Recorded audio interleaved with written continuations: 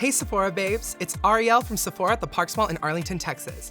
Today, I'm gonna show you how to overline your lips and keep them looking as natural as possible, so stay tuned to learn. Let's get started. I've already removed the foundation from my lips, but to make sure that I remove all the dead skin from my lips, I'm going to be using Bite Beauty's new Agave Weekly Lip Scrub. I place a small amount on my lips and press them together to transfer the product to the top. I then use my finger to scrub my lips and make sure that I remove as much dead skin as possible. A fun tip is to use a clean spoolie to remove not only the product, but the dead skin as well. Then I use a clean tissue to make sure that all the product is removed. This product is all natural, so using it on your lips is tasty as much as it is effective. Next, I'm going to take my Bite Beauty Agave Daytime Vegan Lip Balm to hydrate my lips before I apply my products. To start the lip off, I'm going to take a soft matte liquid lipstick by Lawless in the shade George. I'm going to apply the lipstick on the bottom and then on the top lip, focusing just on the center. My favorite way to overline the center of my lips is by pressing my lips together and spreading the product out as far as my lips can make it go. Don't worry if it looks a little bit crazy, you're gonna use a lip liner to fix the edges. Next, I'm gonna take the Artist Color Pencil Eye, Lip, and Brow Pencil by Makeup Forever in the shade Anywhere Caffeine to finish out the outside of my lip line. To avoid the lip looking completely unnatural, I'm moving in an outward and down motion to keep it as close to my lip line as possible. This is a fun trick I use so that when I'm overlining, I don't accidentally go overboard and overshoot the lip line. To keep it cute, I like to smile when I apply the lip liner to the outer corners of my lips to keep it within my natural lip line. I love this color because it softens the color of all my lipsticks. Following my lip liner,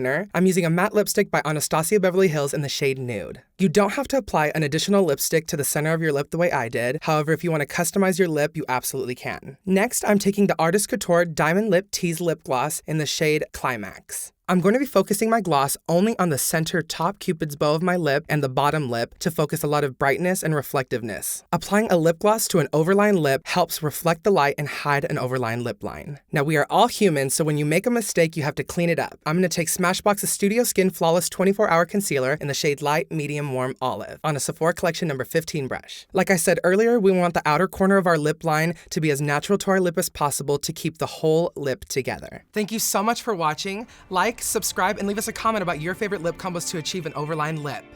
Bye-bye!